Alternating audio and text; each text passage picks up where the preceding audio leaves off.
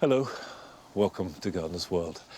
Now here in the wildlife garden, the point is to maximise the wildlife I can get in a relatively small space and yet clearly keep it as a garden that is attractive. And at this time of year, the key thing is don't be too tidy. Don't cut back seed heads because of course the seeds are precious food for birds. Leave dried stems because insects can get inside them and that's good protection in the worst of the winter months. And of course, plant things like asters, which are providing late sources of nectar for bees and butterflies, and the same goes for sedums too. Sedums are brilliant for butterflies on a warm October day. And then if you have trees and shrubs with berries and lots of cover, you'll be amazed at the variety of wildlife that can come and share your garden. And the key thing to remember is a garden with lots of wildlife is not just fascinating. It's not just doing its bit for the environment, it's a healthy garden. It's good for the gardener. Coming up on tonight's show, Joe goes to Malvern in search of world record-breaking giant vegetables. I wouldn't want to drop it now. Why is yours such a weird one? Yours is like an alien. We visit a lush tropical garden on the Kent coast. If I'm told I can't grow it, I'm more likely to have a go at growing it. I see it as a challenge. And I shall be having a visit from Emma Sherlock, who is an expert on one type of wildlife that's probably the most important that any garden could have. I'm, of course, speaking about worms.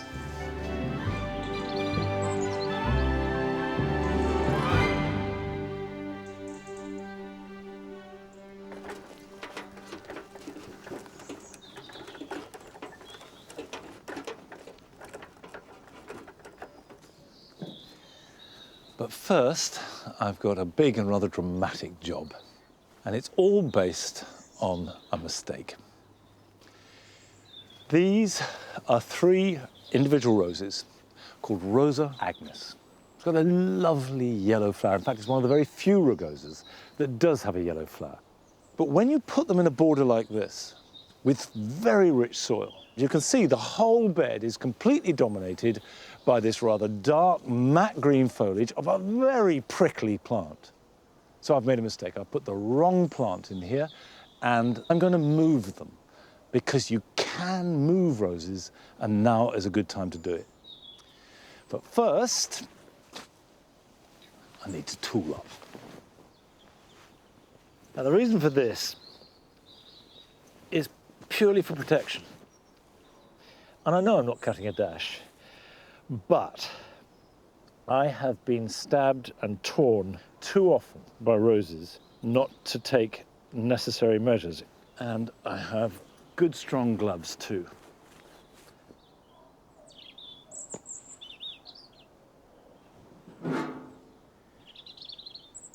When you move any tree or shrub, what you want to think about is the top growth being no bigger than the roots.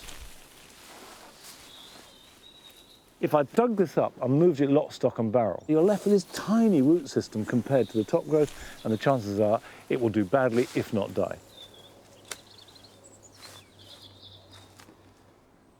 That's the easy bit, that's cut back. And now at least I can get at it, I can see what I'm doing, I can get a spade in and start the process of digging it out, which of course is the hard bit.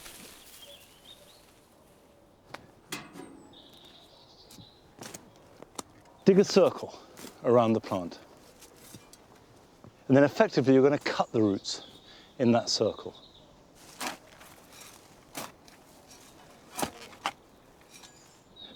There we go.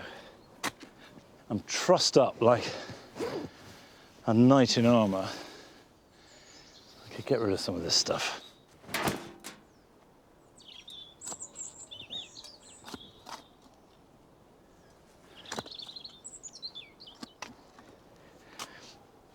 Now that is still absolutely rock solid in there, which means it's got deep wooden taproots holding it in place, and I need to undercut those.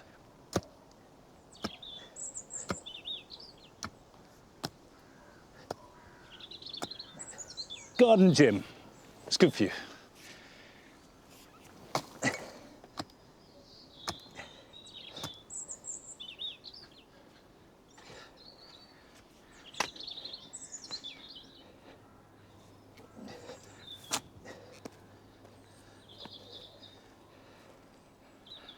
I give you Rosa, Rugosa, Agnes. All this bag is doing is delaying it drying out. Put that in the barrow.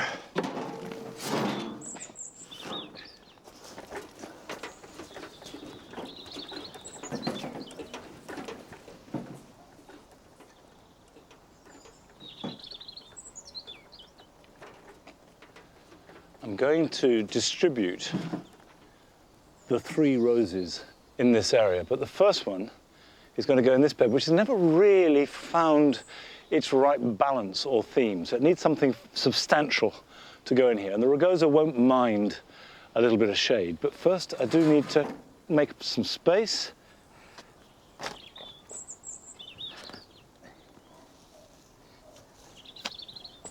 Well, you can see that there's going to be quite a bit more to do, but I'll keep plugging away at it. Now, there's no question that it is never a waste of time to visit a garden, because you're always bound to find something that will fire or inspire you or inform you that will relate to your own garden. And Toby has left his home on the south coast to go all the way north to Scotland to find inspiration in a rather special garden.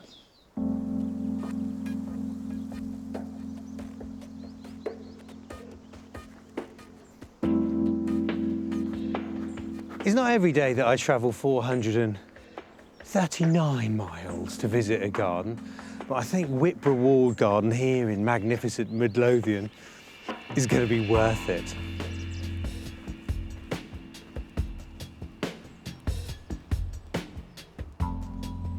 Do you know, I try not to say the word gosh, but my gosh, isn't this stunning? This plot has been divided up like a checkerboard into different gardens, each with its own theme, each with its own look, each one spectacular. That is down to the genius of the garden's creators, owner Elizabeth Salverson and head gardener Vincent Dudley.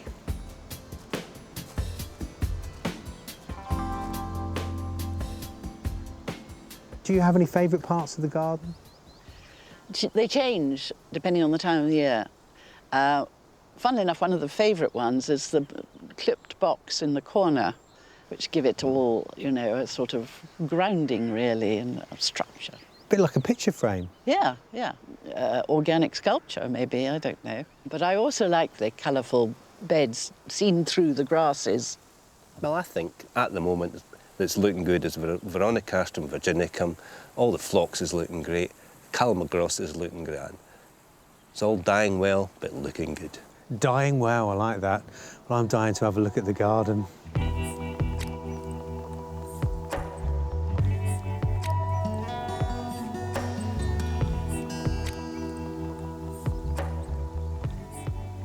The reason so many gardens don't look that colourful is because the borders are too narrow. They're mean. I mean, you know what I'm talking about. There's a lawn in the middle, and then there's this skinny strip of colour around the outside.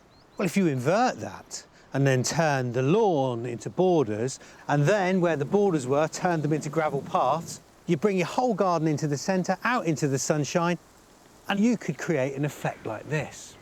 Now, I know that this section of border is part of a larger garden, but it's 4 metres wide, 8 metres long. You could fit that into your average size postage stamp garden. And you needn't break the bank with the planting. Most of the colour in here is from annuals or self-sowers. So there's Verbena bonariensis, curly kale, as dark as Darth Vader's cloak, and next to it, popping out and bright as anything, is marigold. Not just any old one. This is a variety called Prince, and it has this rather regal purple-red suffusion through the petals, so it chimes in with the dark colours of the kale.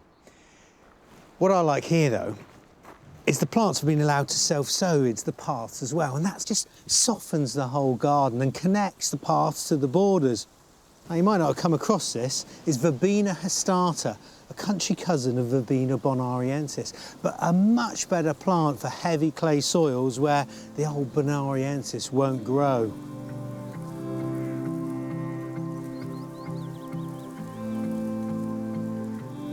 with all the foliage swaying around in the breeze, you can't help but notice that this is a windy site. Not only has it got a high latitude, it's got a high altitude too. So one of the things Elizabeth and Vincent have done to reduce the amount of maintenance is to reduce the amount of plants that need staking with clever choices. Grasses, like miscanthus, have an elasticity to them so they can roll with the punches.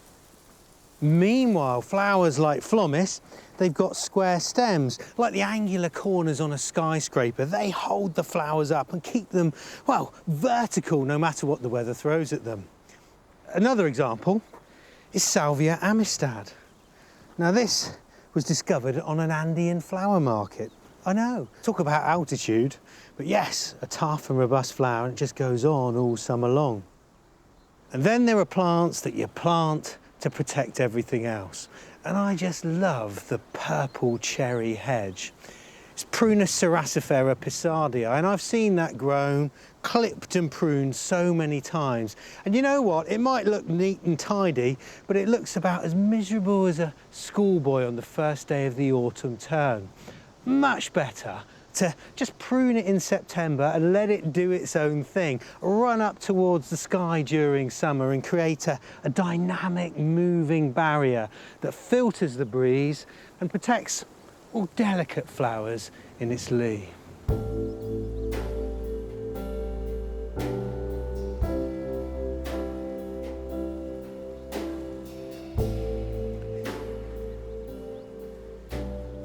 The feeding in the garden is quite unconventional. Herbaceous flowers are chopped down in early spring and their stems rot away and then feed the crowns as they come up into growth. Except in this parcel, because Vincent's told me that over the years lots of wood ash has been piled into soil that is quite moist already. And that makes for big flowers, especially if you plant large blooming varieties. This is Persicaria fat domino. So called because it's chubbier than other persicarias. And then there's Hydrangea Annabelle. I mean, this is a flower with heft. I mean, it's so beamy. When the flowers first emerge, they're green and quite tasteful. Then they turn into this cumulus nimbus of petals. And it just goes to show, if you've got large varieties already, and you feed your soil, and you keep it moist, you can turn your hydrangeas right to flowers as big as beanbags. With its topiary pyramids and flower combinations that look like they're lit with limelight, it's a feast for the senses. In many ways, it's very Vegas, partly because it's so creative. But more than that, Elizabeth and Vincent took chances planting in this innovative way. And you know what? That gamble has paid off.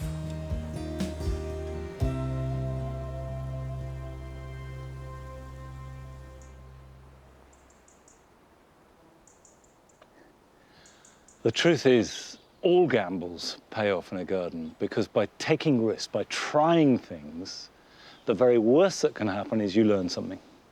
And that applies to roses because for years it was the received wisdom that you couldn't and shouldn't move an established rose. And then came along this stuff. And this is mycorrhizal powder. And what it does is replace the mycorrhizal fungi and the relationship between the plant's roots and the mycorrhizae immediately. And it's essential to get the nutrients and water to the plant. I'm going to put some on the soil.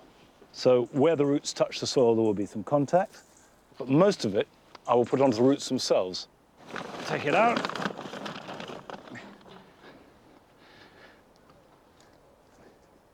Now at this stage, I'm just going to wet the roots with a spray of water.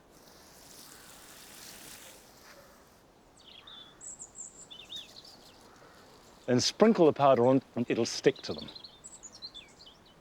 Then we just pack the soil back around it.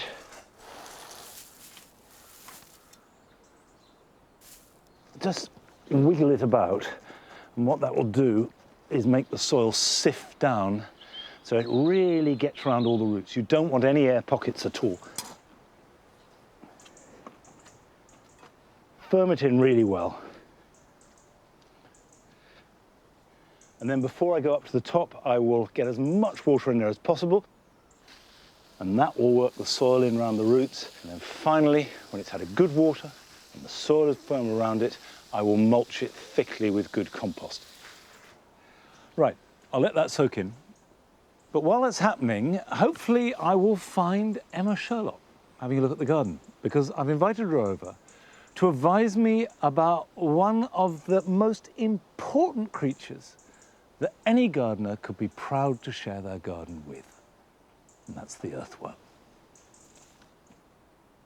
Like any gardener, I know that worms do a fabulous job aerating our soils and improving its biodiversity and fertility. But the truth is, most of their life remains a mystery. But as part of her work at the Natural History Museum, Emma has studied them for years. So she's the perfect person to unearth the secrets about them. Well, Emma, what have you found? What have you found? Well, I've been having a look at the earthworms under your pots here, just because that's a brilliant place to start looking for earthworms in your garden. It's not the first place people would think to look, is it? But actually, looking under plant pots is where you get some of your rarer species and some of your more interesting species. If we have a look at this, first thing I'm noticing is the fleshy band. So even though this is actually a really small worm, this is showing me it's an adult. So that's an adult Yes. of what type of worm? Right, so we've got about 29 different species of earthworm in the UK. This is actually one of our surface feeders. These are the ones that are under leaf litter, they're in rotting logs, and they're actually directly breaking down the organic matter and releasing all those vital nutrients back into your soil. If we're finding those under pots, and those Yep. pots are on a brick wall, how's that working with the soil itself? These are brilliant little refuges for them. It's nice and dark under there. It keeps the moisture in for them. But also, little bits of organic matter are dropping down. They're then consuming these and converting them into little kind of soil systems under the pots themselves. We should be treasuring that. Absolutely, yes. That's this is extra great special worm stuff. compost. Indeed, yeah. I will do that from now on. Okay, that's one type of worm. Now let's go and look for another, because I am a great fan of what I think of as the ordinary earthworm.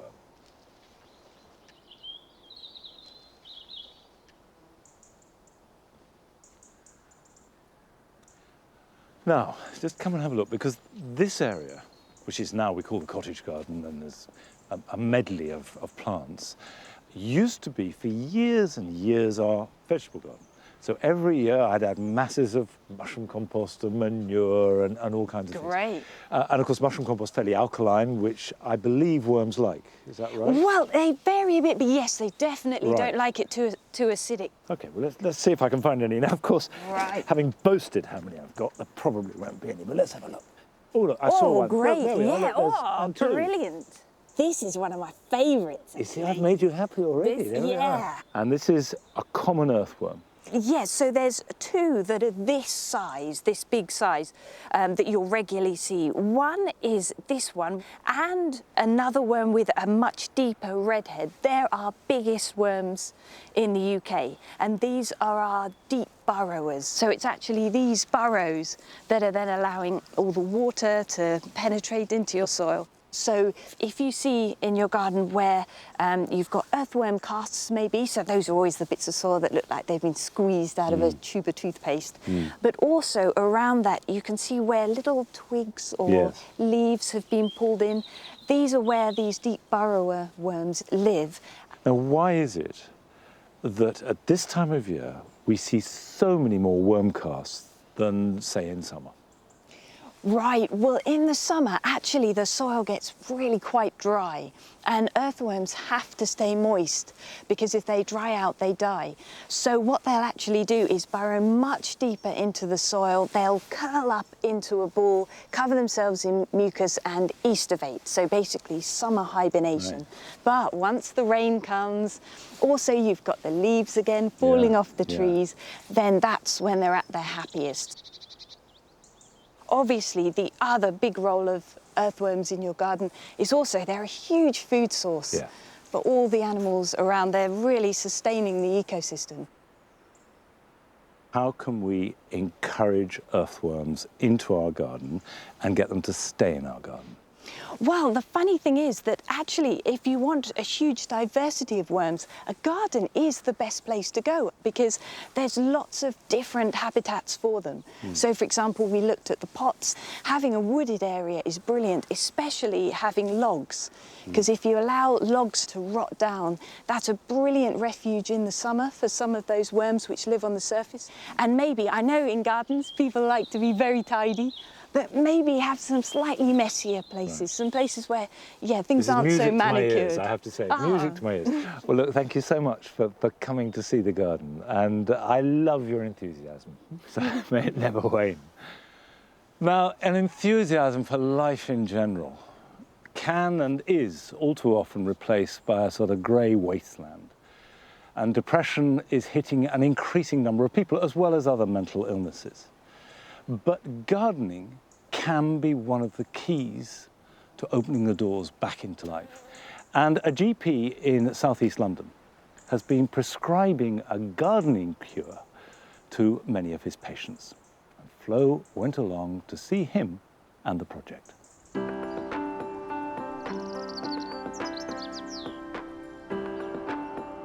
The benefits of gardening are seemingly endless. Not only can planting bulbs, digging, pruning roses vastly improve your physical health, there's increasing evidence that it can also be very beneficial for your mental health. 1 in 4 of us will experience a mental health issue at some point in our lives. I'm here to see one initiative that's making a real difference. Sydenham Garden was set up back in 2002. This once neglected nature reserve now provides a cherished resource for adults coping with mental illness and the early stages of dementia. GP Jim Sikorsky, the founder, was one of the first doctors to see gardening as an alternative therapy. It's called social prescribing, where activity is recommended as an alternative to medication. When people are ill, they often lose connection with ordinary life, particularly when it's mental ill health. You lose contact with family, friends, maybe even lose your job. So kind of your life tends to lose some of its meaning. And so while drugs can sometimes be helpful, while talking therapies can sometimes be helpful, it's really important to also engage in activity. Activity that gives us rewards, meaning, relationships. The evidence is increasing that being involved in gardening will aid people's recovery, will give them a sense of purpose. And I think the earth is quite a generous friend when you're trying to recover. It gives you back more than you sort of need to put into it, even though it can be hard work sometimes. So what type of patients benefit from this project?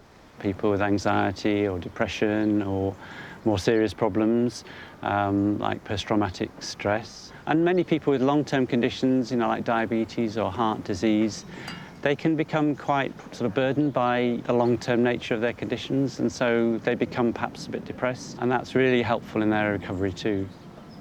We don't turn people away. I've suffered several years with depression due to different things happening in the family, and just one day in particular, out of nowhere, I just broke down, completely broke down. The doctor came to see me, calmed me down, and he suggested this place. And slowly over the months and years, they built my confidence up. And, I speak to people more now if I'm travelling around. I speak to people from in the shop, whereas once before I wouldn't talk to anybody. I sort of like hide in my own little shell.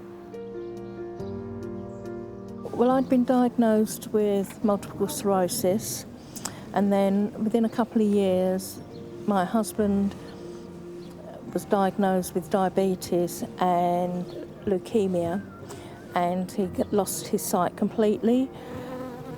But I had children, young, school children, and it just all got on top of me, and I just didn't want to carry on. And Dr. Sikorsky suggested here, and the rest, they say, is history.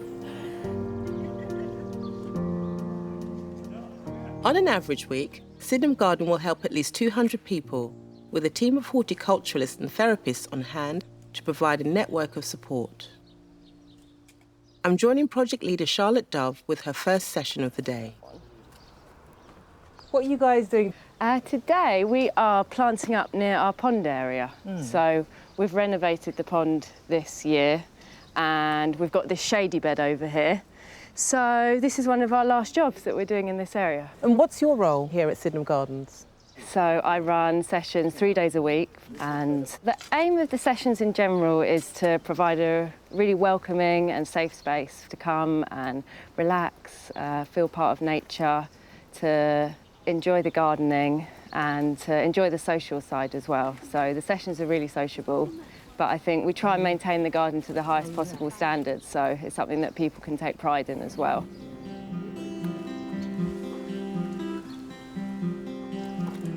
A lot of it is about just building confidence and finding that sort of peace within yourself to be able to address the rest of your life.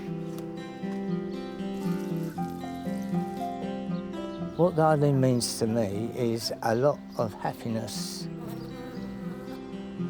When everything starts growing and becomes alive and makes you worthwhile to live.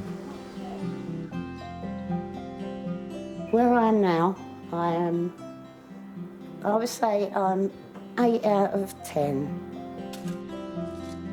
I couldn't imagine my life without coming here.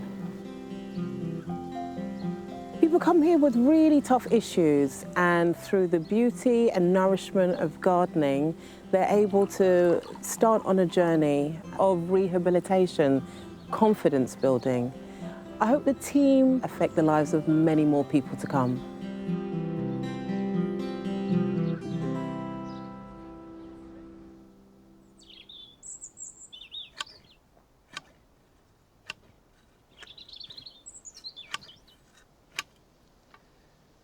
There's no question that the earth can be a kind and very effective healer. And just the process of gardening, the rhythm of it, does an awful lot to heal a troubled mind. Now, you may recall that in July, I suggested that for a job for the weekend, you cut back your delphiniums when they finish flowering. And the reason for doing this was not so much to tidy them up, but to stimulate regrowth. And that would give you flowers at the end of the summer. Now, there's always a slight risk that we have bad weather in August or September and it doesn't happen, but this year it has. And I've counted 7 good flower spikes on this delphinium. There's another really good delphinium in the cottage garden, and they are flowering merrily. Now, delphiniums are really hardy. Doesn't matter how cold our winter is, the chances of these surviving till next spring are very high indeed. But plants that have evolved from nearer the equator, where they don't have cold weather, have a much harder time of it when they come to a British winter. And we have to make decisions, what we're going to protect and what we're going to risk. Now, that's the case here in Herefordshire. But down in Sandwich on the Kent coast, Louise Dowell and her partner are able to garden exotic plants with far more abandon. If I'm told I can't grow it, I'm more likely to have a go at growing it. I see it as a challenge. I live here with my partner, Steve. We're both professional gardeners. Steve's really busy at work. This is really my baby at home. The front garden's very traditional. The back garden, in contrast, is full of jungly exotics.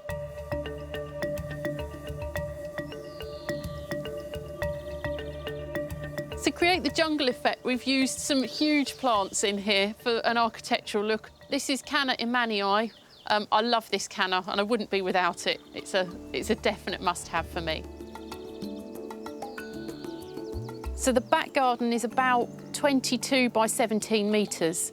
Because the space is quite small, we've decided to break it up so that you can't see the whole plot from one vision. You keep going around a corner, around the path, and something else appears. Pathways have been put in because we wanted to create that jungle effect, to feel like you're actually in a jungle, and the plants that you can get up and touch them, things like the Eupatorium capillifolium. You've just got to give it a stroke every time I go past it. Unconventionally, the greenhouse is in the centre of the garden.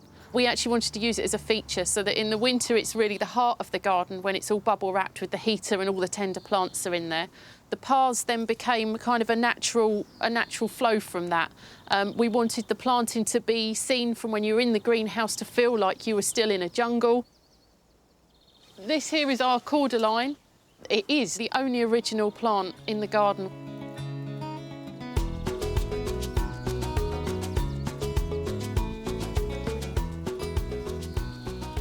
So here's the cordyline with its house plants hanging on it. They come out for their summer holiday, the house plants. And some of the Spanish moss, lovely rippled bark on it. It's very tactile. There's some bromeliads as well. We revamp the garden regularly. I get bored of looking at the same thing. So every year, beginning of October, I start taking the house plants in and some of the more tender things. But it won't necessarily be until Christmas that I take in some of the things like cannas and dahlias. I take them in because of putting everything out in a different arrangement each year, and it also allows us to divide and propagate from them. We like to change the small pictures all the time of the different combinations of things. We're very ruthless with our plants.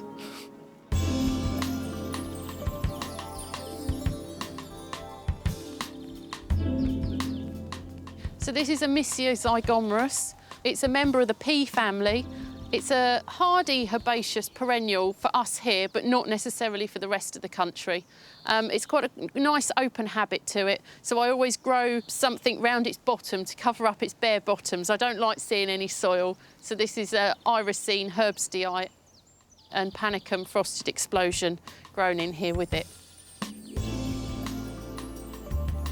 The garden primarily is a foliage garden, but we like to add a little zing of colour just to break it up, but not overly flowery in the garden.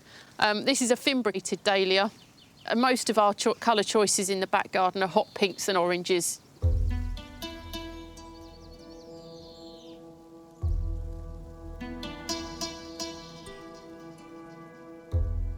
We're actually a lot milder than the rest of the country here, so this is our place to experiment and test the limits of some of the hardiness of things. This is Fuchsia denticulata. It's not known to be completely hardy, but now I've built up some stocks from cuttings, I'm going to leave some out this year to see how it gets on. We try things even when technically they wouldn't work in the area. I don't always stick to the rules and I try it. Until you've tried it in your own garden, there's so many varying factors that you don't necessarily know if it will or won't work. Have a go, don't be frightened of the plants. So this time of year is the main time for me for cuttings. They all live inside for the winter on the windowsills and come out to take place of the old parents in the spring. Things like the purple sugar canes.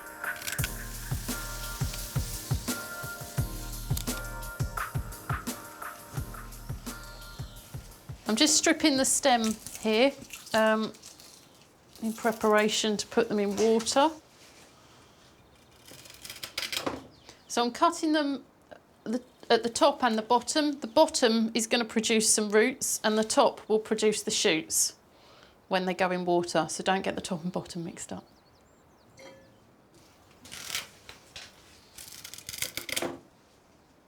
So in the next few weeks, this will go on the kitchen windowsill and roots will appear at the bottom.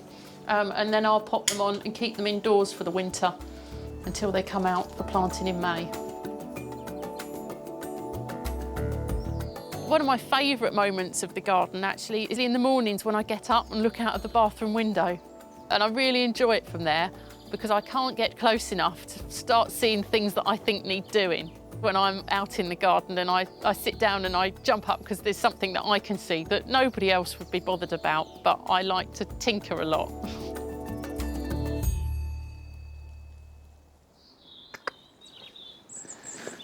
Now, come and give me a hand. Good dogs. Tell you what, because you've been good, would you like a little bit of a biscuit? You have one. And now, if you want a biscuit, you have to do something. Give me your paw. Thank you. Good girl. I think that whatever kind of plants you have, pottering or tinkering around in the garden is one of life's great pleasures. But I can't risk leaving a lot of plants in the garden that will be quite happy over winter in Sandwich. This is an Aeonium Schwarzkopf. They are very happy outside in a British summer, but in winter, they do need a bit of protection. So I'm lifting this, I'm going to put it back in a pot.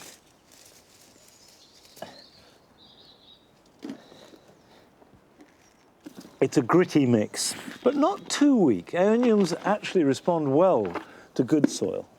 That is now ready for its winter holiday in the greenhouse. So pop it in the barrow.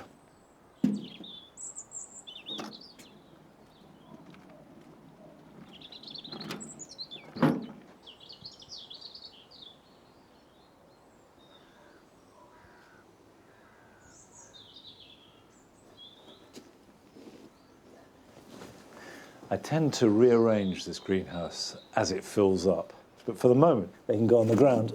And this greenhouse is only kept to about 7 degrees, but we've lost nothing in here, even though the weather has got really cold outside. And these carnivorous plants are actually pretty hardy, but I keep them in here as a kind of pest control because they eat an awful lot of insects and couldn't be easy to look after. And the thing that really pleases me about them is that earlier this year I repotted them into a non-peat-based compost. And everybody will always say, pot them in peat. But you don't have to, because I've used a mixture of leaf mould, a bought-in ericaceous compost made from bracken, and I used a little bit of my own bracken. And you can see, really healthy. The one thing you do have to do with carnivorous plants is keep them wet. These sit in trays of water, and wherever possible, use rainwater. But if you don't have a greenhouse, that doesn't mean to say you can't grow carnivorous plants. Sarracenas, the pitcher plant, are much tougher than you think, and they will survive perfectly well all year round outside, as long as you can have a little bit of temporary protection. Now, at this time of year, the weather can be lovely, it can be cold, it's definitely a changing season. And that means it's time for the autumn show at Malvern. And Joe has been along with an eye for finding out the largest vegetables he possibly can.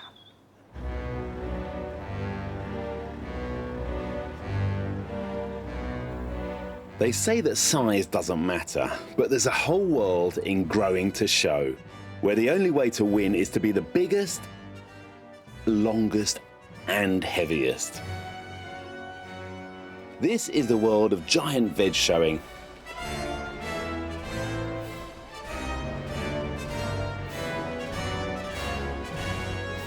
And I'm here to give one of the country's top growers, Cornishman Dave, a helping hand for the day.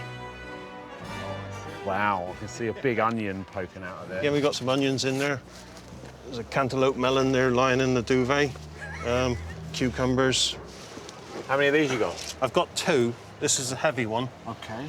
So are you looking for weight or length? Pure weight on that one. Pure weight? Yeah. Do you fancy this one? It's all right. Yeah? It's all right, yeah. Hey, I can tell. It's all right. I mean, he's pleased. What do you think, Maddie? Pretty good, pretty good. So here's the long one. Yeah, that's nice. H and L. Clues in the H and L there. Yeah. That's the long, that's the heavy.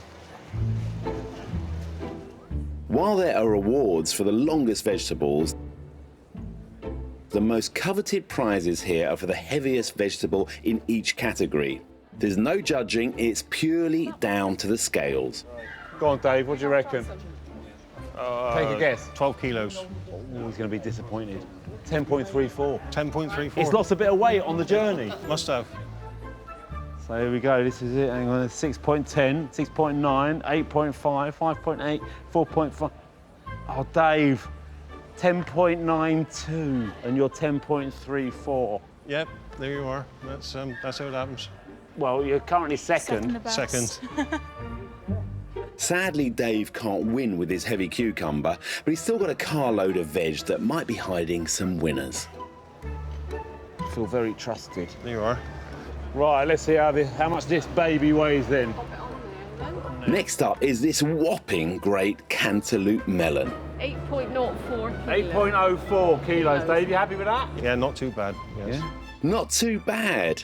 At the moment, Dave's cantaloupe is in first place, but there's still plenty of time for him to be knocked off top spot. Over there somewhere. Over there somewhere, No, John. that's the longest vegetables. We're not going there.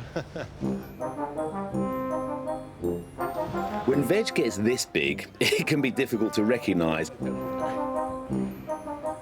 Believe it or not, this is a marrow, and it's heavy. I wouldn't want to drop it now. Why is yours yours is such a weird one? Yours is like an alien. It's like a mini alligator. I've never ever had that before. How is it? How are you doing compared to everybody else here? It looks the biggest and it feels the biggest, so... but you never So know. it must be the biggest then. Well, you never know because the entries close tonight at 10 o'clock, so tomorrow morning we'll know who's got the biggest marrow. Does anybody come right at the end and just try and trump everybody else? Hopefully not. Growing enormous veg is no mean feat. In fact, it's a full-time job. Hours and hours of watering, feeding and protecting. So why do it? What drives you in your giant vegetable? What's it all about? Just the thrill of growing something big. Okay. And the enjoyment, isn't it? You know, you meet the same people every year. Because you've been doing it for years, haven't you? I've done it all my life. With over 500 entries, things are really hotting up, and there's a lot riding on this category. That's it. Does it feel heavy? That's a heavy cabbage. Yeah. Dave's secret weapon, the red Oh, cabbage. hang on, there's a queue here. So, cabbages, you good with cabbages? I hold the world record, so yes. World record? Yes. Yeah. World record? World record. Red cabbage? Red cabbage, yes. So how big's that then? Just over 51 pounds. I mean, how does it feel to have a world record red cabbage? Is fairly- that a big buzz? Oh, it is. It is. Yes. Yeah. That's what you aim for, is breaking records. Do we have a new world record red cabbage on our hands? We never know. We never know. Is it a red cabbage? Believe it or not, it is a red cabbage. Doesn't it look like a red cabbage? The weight is 20.4. 20.4. No. No, that's not going to do it. No, because we've got to take a sheet. Dave hasn't managed to break his world record, but a rival has turned up with a huge cabbage, and it's drawing everyone's attention. Yeah, you speak to her. Yeah. Seriously? You are. What have you got? World record for them is red cabbage. Tim. Well, bless you, done. Dave. Thank you very Well much. done. Cheers. Well done, mate. Incredibly, Dave has lost his world record. 23.7. How do you feel about that? Over the moon, to be honest. Yeah, chuffed to bits. Really chuffed to bits. Now, Tim, I helped Dave, and you've gone and trumped him with your red cabbage. This is now a new Shock. world record. A big shock, Joe. Yeah. I never had an inkling in it, to be honest. So how have you done it? What are your secret tips? Just plenty of manure in the soil and high nitrogen feed. And I'm not trying to be rude here. No. It is not the most beautiful cabbage in the world. You know, there's a few holes in the leaves and everything. You know, I've grown to show. Yeah. And it wasn't about size or weight or anything. It was all about perfection. Yeah. But As long as it's the weight, doesn't matter what it looks like. that's all that matters, Joe. To witness one world record would be amazing. To witness two would be a miracle. Ladies and gentlemen, feast your eyes on the world's largest celery. Yes, I said celery. Fawn, you got a what? 42. Oh, what? I've done smashed it. Smashed it. Bring them out back. Congratulations. I am happy, boy. Well done, man. We are witnessing world records being broken here and now. Look at that. World record celery. Look, he's even got staff working for him. It really is quite incredible in here. This morning, this marquee was completely empty, and now it's full of huge vegetables and fruits. And some of them you can recognise, like these watermelon. You see those in the supermarket. These, believe it or not, are beetroot. And then others are really quite beautiful in their own way. I really like this radish. Look, it's beautifully cleaned and nice and sculptural. Weighing closes at 10, and after a back-breaking day, everyone is off for a good night's rest. The next morning, the judges dish out the awards and the public come to admire these giant beauties. How did you get on then? Fairly well, Joe. Yeah. The cantaloupe you kindly carried in won first prize. Get in there. Yeah. A first prize for the long cucumber, and I won the cabbage class, the green cabbage class. Fantastic. Very So, pleased. are you pleased with that? Is this a good year for you? Oh, it's brilliant, because the competition's fierce. There's a lot of entries here, and I'm very happy to do so well. On the downside, you lost your red cabbage. Yes, I will try and get it back, Joe. Exactly. Well, that's it. I mean, what happens next year? What do you do next year? Well, grow them bigger. That's the plan.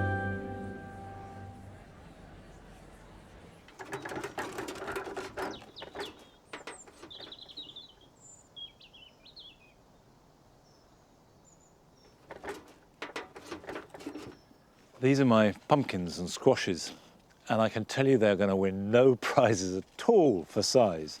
The plants have grown very vigorously, and that's partly because I put masses of compost in the pits underneath them. And I've grown them vertically this year, as I did last year. The great thing about that is in a relatively small space, you can have 3 large plants. So that has worked, and I'll keep on doing that. But the fruits themselves are a little on the small side. That is about 1/3 of the size that it could be, but it'll be edible. So the important thing is to make sure that I can store these. And the next stage in doing that is to get the skins harder by harvesting them, handling them carefully, and then putting them in a sunny place. So let's cut them. Now, when you cut a pumpkin or a squash, this is the important area here. You don't want to damage that because that will stop it storing. So a good idea is always to cut above the T. Can you see there's 2 side sections there? So if I get the secateurs in and cut like that, and I just take that leaf off, I've kept the T. Right, now this one. Now that's the largest one I've got here. Remember, this is Mousse de Provence. It's a delicious pumpkin. It is sweet and got good texture, and I love them roasted.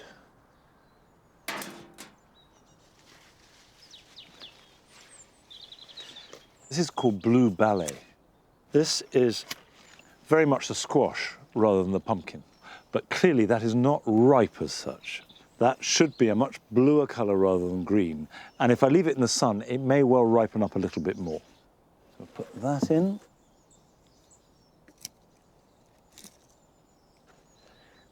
Now, we're scraping the barrel here.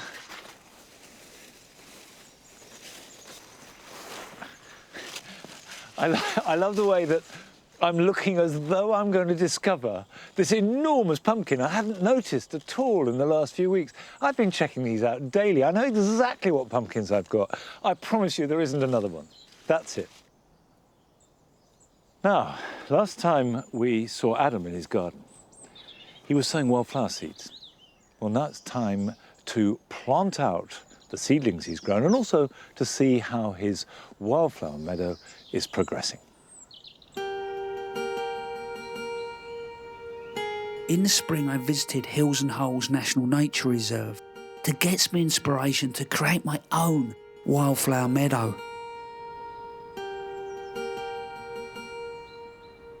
As you can imagine, I've been so desperate to get stuck into this space. But what I've done so far is, first of all, I've stripped off the turf, partly because I think that actually just trying to sow seed into raked grass, trying to make beds can be really difficult. When you sow wildflowers, it's important to get the soil right. So I've added poorer soil that I've saved as we have dug out for other projects around the garden. This will help reduce the fertility. But another thing that's important to me is that this feels comfortable, that actually it's regional flower. So I've put a lot of work into the research of what grows well in the sort of hills and holes up there. And then after that, I've heard over the years different people say, no, if you're going to do wildflower, go down the plug route, you know, and put small plants in. And other people telling me, no, the purest, it's got to be by seed. So guess what? I am going to have a go with both. So if you remember, I sowed some seed earlier on in the year and developed the plants. And then I'm going to get those in, and around those, I'm going to work in the seed. So the first thing I'm going to do is get the Achillea in.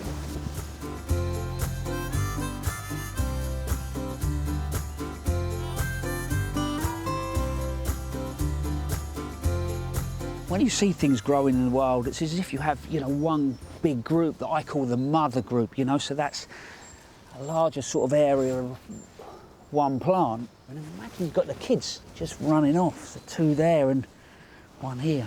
I'll take this little group, I don't know, put maybe one there and one there.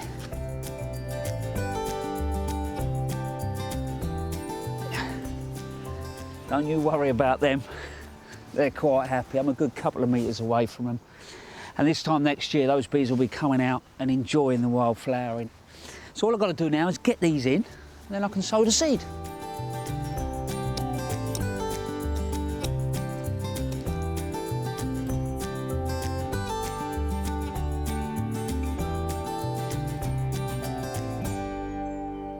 This is not a bad little tip before you start marking. Really about a metre square. 4 grams it is per metre, so I've measured that out, and that's what it is. That's all you actually need, you know. So I think if I sow this onto this square metre before I start doing the rest of the site, it'll give me a really good understanding of how much I need. I'm sowing a mix of over 20 wildflowers, including wild basil, scabious and oregano. There's not just wildflower in there, there's some real native grasses in there as well, so hopefully next spring we'll be out of the ground.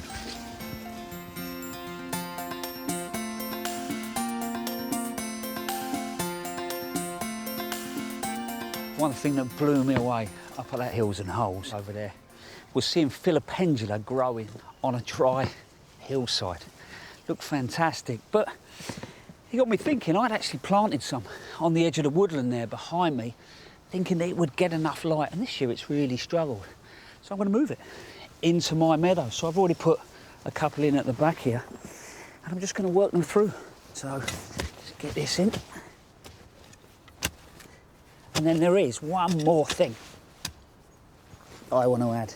Tulip sylvestris. Fantastic sort of tulip, comes to about 25 centimetres. You'll come out in the spring, the scent is fantastic. So what you want to do, get down on your knees and get right in there. Absolutely beautiful. So I'm hoping, you know, we go into next year, this comes alive, and it'll be me and the bees will be very happy.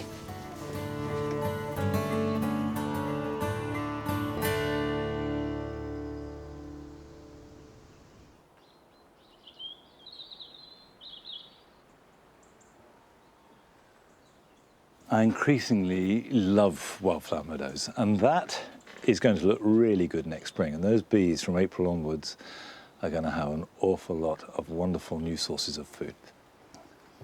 Now, these will be sources of food for the Don family, and I'll leave them on the table until the weather turns. And that could be a week, it could be 2 weeks or more, but just any sunshine they can get is going to be beneficial.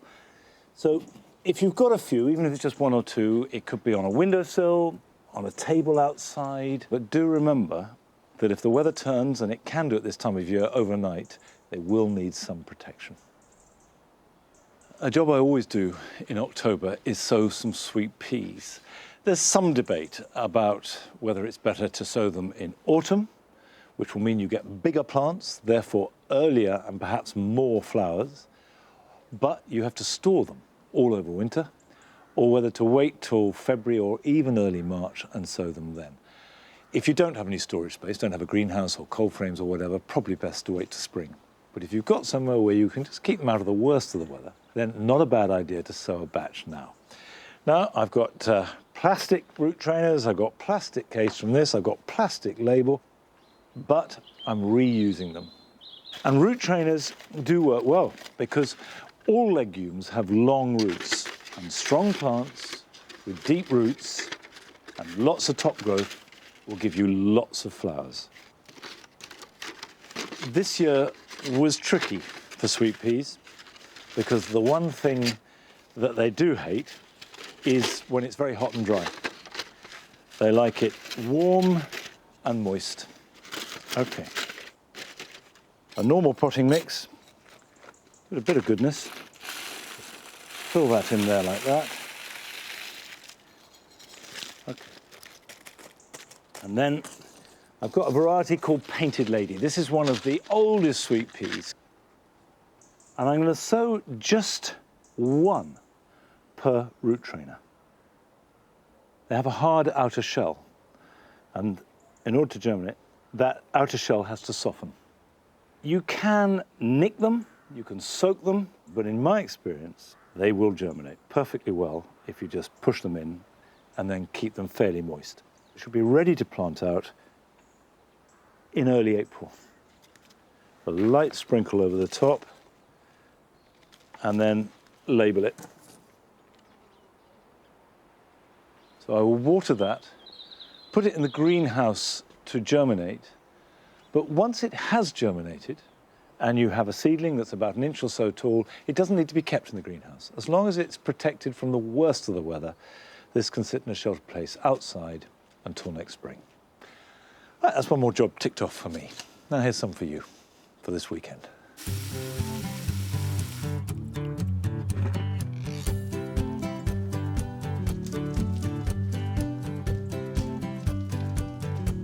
If you have a greenhouse and you use it at all over winter, it's really important to give it a good clean now. This is partly for hygiene, but also the light is failing. So if your glass is really clean, you get as much as possible reaching your precious plants.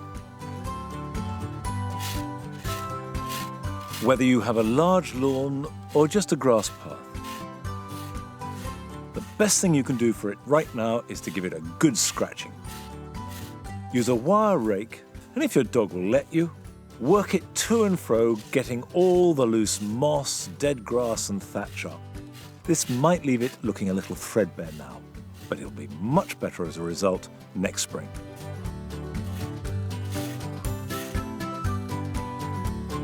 You can get an earlier crop of broad beans by sowing some now. Choose a hardy variety like Aqua Dulce and sow them as you would your main crop, with each bean about 6 to 9 inches apart and in rows. Cover them over and label them, and they should be perfectly hardy. And the whole point is they will get an early start as soon as the weather warms up next spring.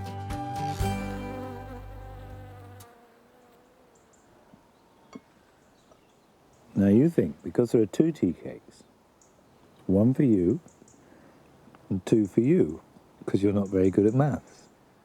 But the truth is they're for me.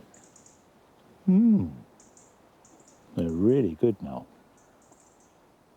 I've said it many times, but it's always true that the best thing you can ever do in a garden is stop and sit and just take it in. And the days are getting shorter and shorter. So while there's time, make the most of it. And next week is our last programme. It's on at 9 o'clock again. But I'll be here with the dogs, and I'll see you then. Till then, bye-bye. You don't want tea. You wouldn't like that.